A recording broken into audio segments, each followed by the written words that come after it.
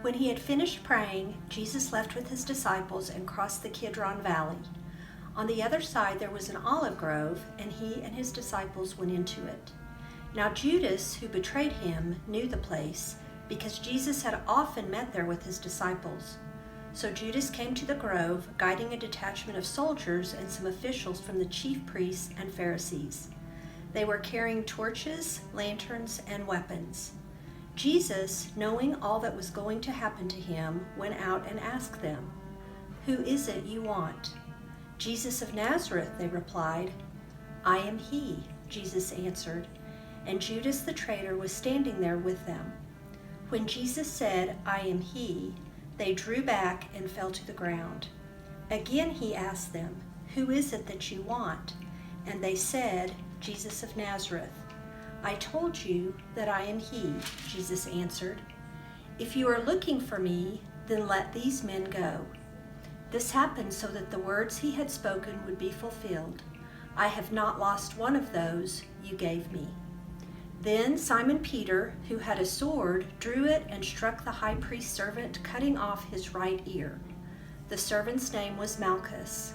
Jesus commanded Peter, "Put your sword away. Shall I not drink the cup the Father has given me?"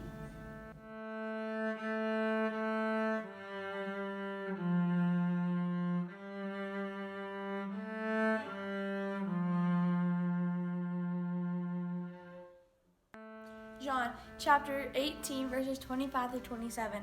Meanwhile, Simon Peter was still standing there warming himself. So they asked him, "Aren't you one of the disciples? Aren't you?" He denied, saying, "I am not." One of the high priest's servants, a relative of the man whose ear Peter had cut off, challenged him, "Didn't I see you with him in the garden?" Again, Peter denied it. And at that moment, the rooster began to crow.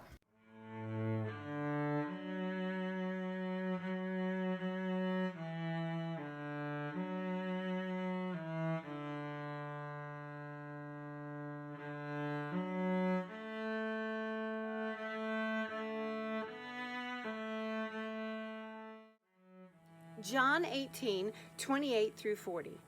Then the Jews led Jesus from Caiaphas to the palace of the Roman governor.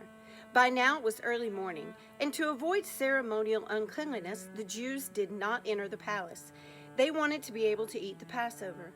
So Pilate came out to them and asked, "What charges are you bringing against this man?" "If he were not a criminal," they replied, "we would not have handed him over to you." Pilate said, "Take him yourselves and judge him by your own law." "But we have no right to execute anyone," the Jews objected. This happened so that the words Jesus had spoken, indicating the kind of death he was going to die, would be fulfilled. Pilate then went back inside the palace, summoned Jesus and asked him, "Are you the king of the Jews?" "Is that your own idea?" Jesus asked, "or did others talk to you about me?" "Am I a Jew?" Pilate replied. "It was your people and your chief priest who handed you over to me. What is it you have done?" Jesus said, "My kingdom is not of this world. If it were, my servants would fight to prevent my arrest by the Jews. But now my kingdom is from another place." "You are a king then," said Pilate. Jesus answered, "You are right in saying I am a king. In fact, for this reason I was born, and for this I came into the world, to testify to the truth. Everyone on the side of truth listens to me." "What is truth?" Pilate asked.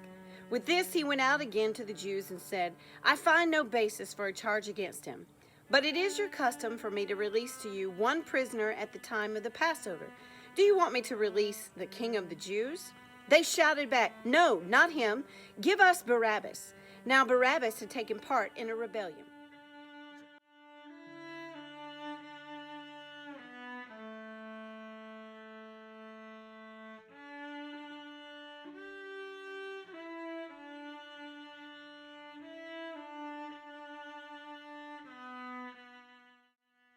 Then Pilate took Jesus and had him flogged. The soldiers twisted together a crown of thorns and put it on his head. They clothed him in a purple robe and went up to him again and again, saying, "Hail, O King of the Jews!" And they struck him in the face. Once more Pilate came out and said to the Jews, "Look, I am bringing him out to you to let you know that I have no basis for a charge against him." When Jesus came out wearing the crown of thorns and the purple robe, Pilate said to them, "Here is the man." As soon as the chief priests and their officials saw him, they shouted, "Crucify, crucify." But Pilate answered, "You take him and crucify him. As for me, I find no basis for a charge against him." The Jews insisted, "We have a law, and according to that law he must die because he claimed to be the Son of God." When Pilate heard this, he was even more afraid, and he went back inside the palace. "Where do you come from?" he asked Jesus. But Jesus gave him no answer. "Do you refuse to speak to me?" Pilate said. "Don't you realize I have power either to free you or to crucify you?" Jesus answered, "You would have no power over me if it were not given to you from above. Therefore, the one who handed me over to you is guilty of a greater sin." From then on, Pilate tried to set Jesus free, but the Jews kept shouting, "If you let this man go, you are no friend of Caesar. Anyone who claims to be a king opposes Caesar." When Pilate heard this, he brought Jesus out and sat down on the judge's seat at a place known as the Stone Pavement. It was the day of preparation of Passover week, about the 6th hour. "Here is your king," Pilate said to the Jews. But they shouted, take him away, crucify him." "Shall I crucify your king?" Pilate asked. "We have no king but Caesar," the chief priest answered. Finally, Pilate handed him over to them to be crucified.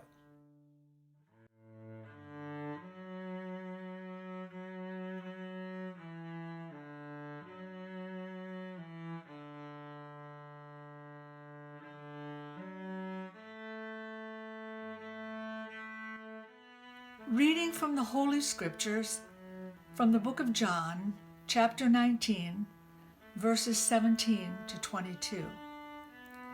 And he, bearing his cross, went out to a place called the place of a skull, which is called in Hebrew Golgotha, where they crucified him, and 2 others with him, one on either side, and Jesus in the center.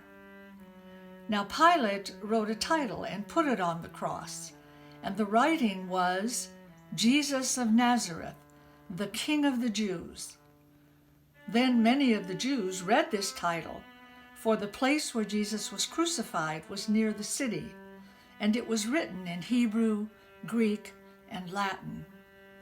Then the chief priests of the Jews said to Pilate, "Do not write the King of the Jews," but he said, "I am the King of the Jews."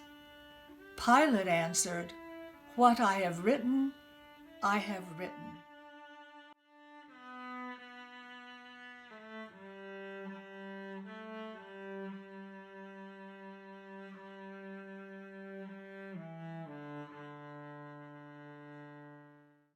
When the soldiers crucified Jesus, they took his clothes, divided them into 4 shares, one for each of them, with the undergarment remaining. The garments were seamless, woven in one piece from top to bottom.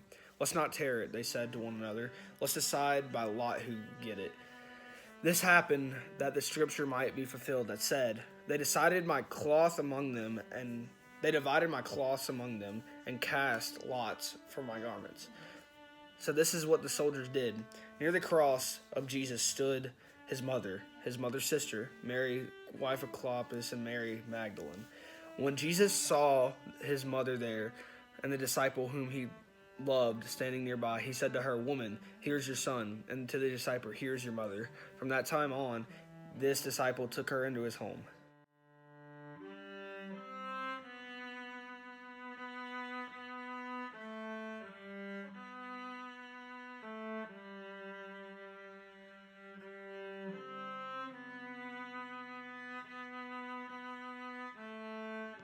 This is the reading of John 19:28 through 37 from NIV. Later, knowing that everything had now been finished, and so that Scripture would be fulfilled, Jesus said, "I am thirsty."